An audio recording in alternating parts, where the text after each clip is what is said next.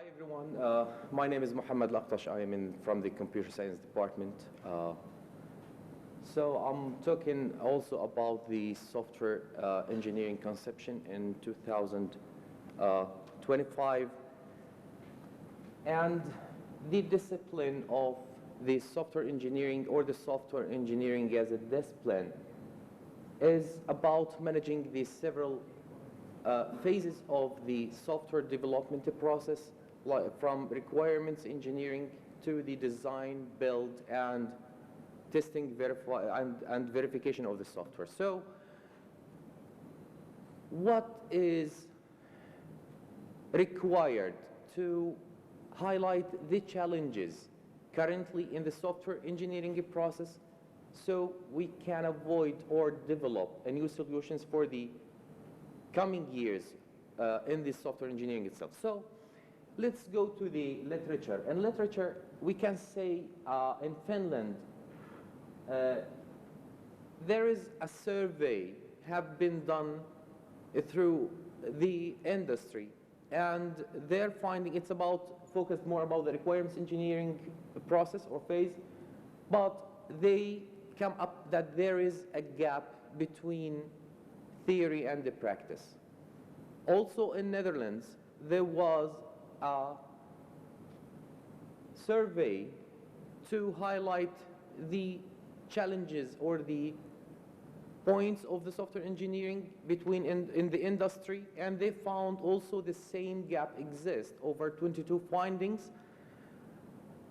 Both recommendations, the first one was about adoption and recommending for the industry to adopt more of the software requirements engineering tools that has been developed over years in the software engineering, and the other one is to develop more software tools in order to come up or to close these gaps. But this is not enough from our perspective. It's not gonna enough even in the coming days. We will talk about it further. Another survey was more generic, has been done over or categorized over India, USA, Japan, Europe, and the rest is being categorized as others. And they found that, for example, India reached a capability maturity model level 5. However, USA, even it has more robust on producing the software, but it reached CMMI level 3. It is interesting because now, let's say, the much robust business processes being adopted in the industry in India is reaching a very good level. However, it doesn't mean that reaching that level, which means that you are producing the best software in the world. So still. So what is the current challenges we are talking about? It is on software quality, software security and the privacy. What about software social impact and governance and legality? But on another angle, we will highlight those challenges. The gap between the practice and science, or the theory, the level of automation, the agile software development process methodology, the quality and user experience, and there is some about who are software engineers. Software engineers, there is an observations in the literature says software engineers are not necessarily to be computer scientists or software background. They must be from different things. For example, electronic engineers who are developing the software in the IoT devices.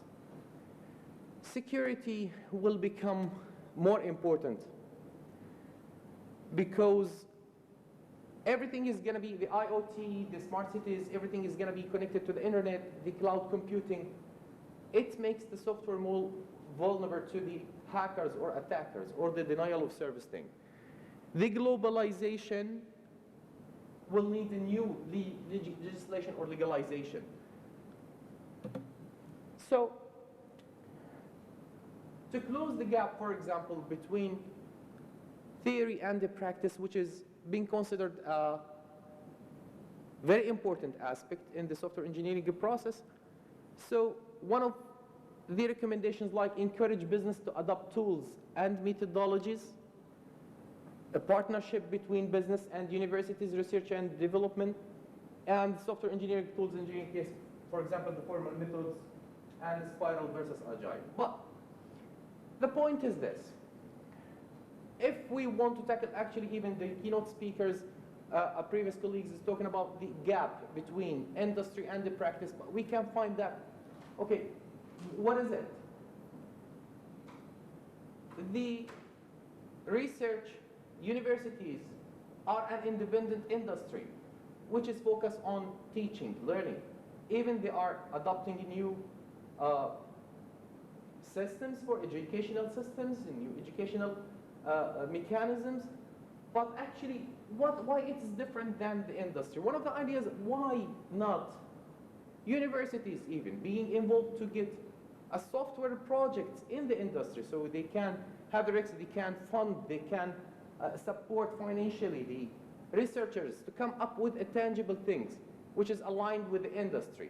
It's not about the responsibility of industry, because industry will focus on maximizing their profits. By maximizing their profits, they are adopting agile methodology, for example, because they want a quick win.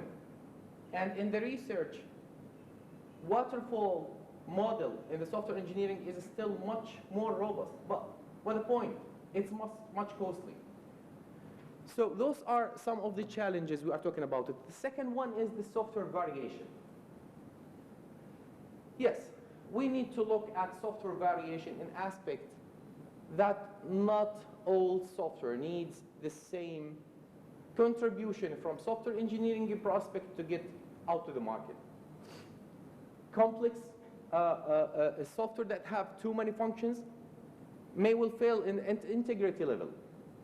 A huge calculation, it will need to be focused more on the non-functional requirement, which is the performance and availability. A rendering, which needs a huge machines, a huge servers, a huge computational process, also need a different software engineering methodology. And the level of criticality.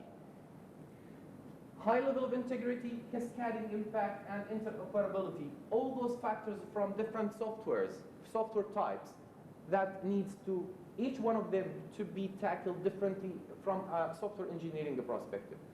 For example, in the big data terms, we focus more about the availability than the consistency. Agile versus waterfall. So again, business is focused on the quick wins, and quick wins may impact quality because they rush to get into the market faster and start generating revenue instead of putting much efforts on testing and verification.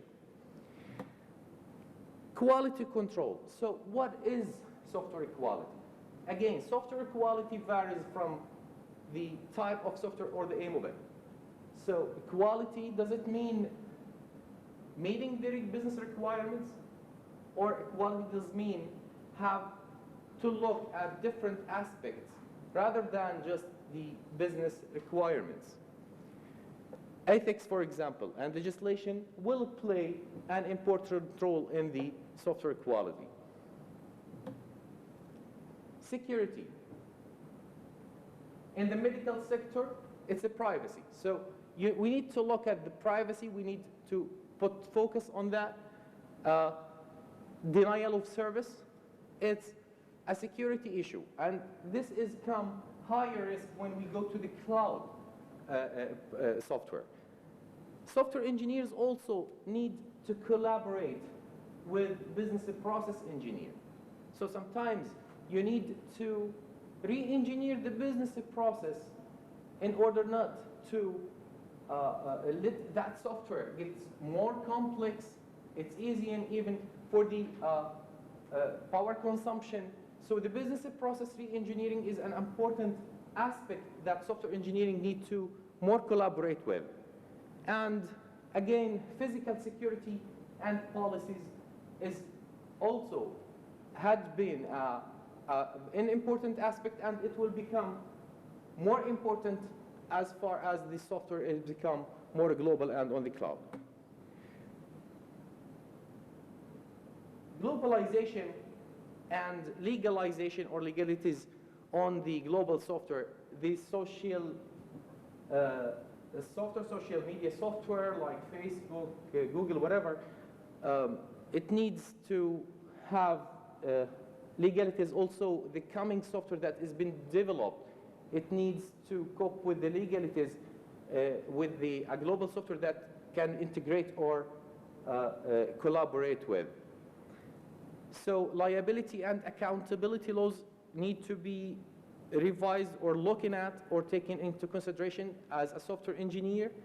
And again, data analytics, it's more about the global legalities. A social impact is a very important aspect or challenge for software engineers. So what we need to be focused on is the positive impact of the software and does not neglect the negative impact of it. So positive impact, what we need to focus on. However, the negative impact, that we need to predict the worst in order to develop a better prevention mechanisms for those software and its use. Social media has witnessed several cases, and a lack of education and understanding of the new revolution of the software, it's gonna lead to privacy issues, blackmailing, misleading, and falsifying facts. My research limitations, finally, is a lack of expectation about technology state of the art in the coming years, and the infrastructure and urban planning, we need to focus more in order to take it in consideration, and finally, the government's vision for 10 years ahead. Software engineers will not disappear. Everything will be driven by software in 2025. Thank you.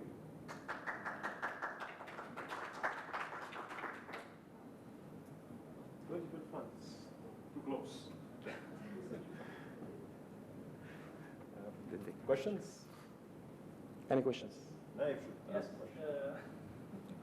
You mentioned that the CMMI for India was better than the US.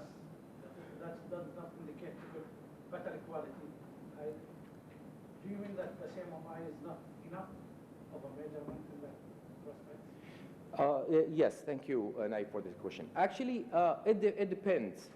It depends in the level of the software complexity, as I mentioned. So let's see, on the enterprise level of the software, it is very important to have a capability maturity level that is indexed to a level to make sure that all the processes or the software development processes or the organization as an IT organization processes are complying with the best practice. However, for the small to medium size organizations or the software that serves the medium to small size organizations, it's not that important because they rely more on the entrepreneurs. And this is not necessarily, however, this is what is in the industry. This is a measurement to measure that how much the IT industry in India was complying with the best practice of the software development. However, that was not necessarily in the USA, although USA have the best software production in the world, almost. Any further questions? Okay. Thank you. Thank you, Dr. Sharif.